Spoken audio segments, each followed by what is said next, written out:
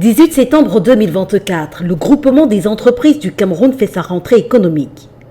Face à la presse, le président et les administrateurs du GCAM sont revenus en substance sur l'actualité économique et les problématiques liées à l'environnement des affaires. Un aperçu des performances économiques du Cameroun.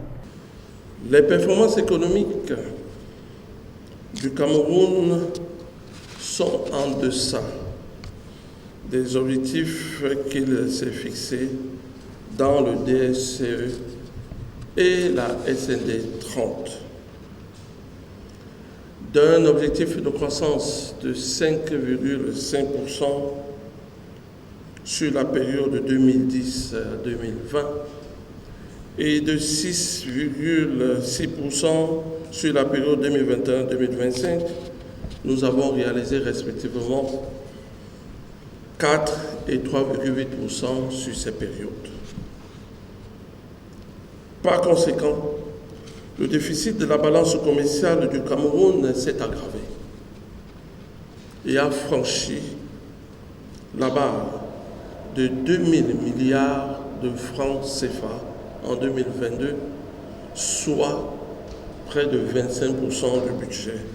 La rencontre qui intervient dans un contexte humanitaire difficile avec les inondations dans la région de l'extrême nord et même un contexte économique pas des plus viables, dû à l'inflation, se veut le lieu de poser un regard critique sur les enjeux et évolutions autour de ces questions liées au bien-être économique des Camerounais et des entreprises. Aussi, a-t-on noté une baisse de l'inflation au premier semestre 2024 qui se situait à 5,7% en retrait de 2 points par rapport au premier semestre 2023. Ce niveau d'inflation reste cependant élevé par rapport à la norme communautaire qui est de 3%. Les politiques monétaires restrictives menées par la BEAC sont pour réduire l'inflation auraient accru les difficultés d'accès au crédit des entreprises.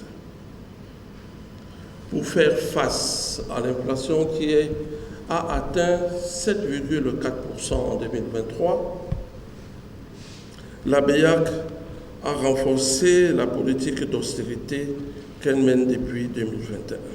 De nombreux autres sujets seront au menu de l'échange: la fiscalité, la politique d'incitation aux investissements, la fuite des cerveaux, la question énergétique, les infrastructures routières, les transports, le numérique, le foncier, pour ne citer que cela.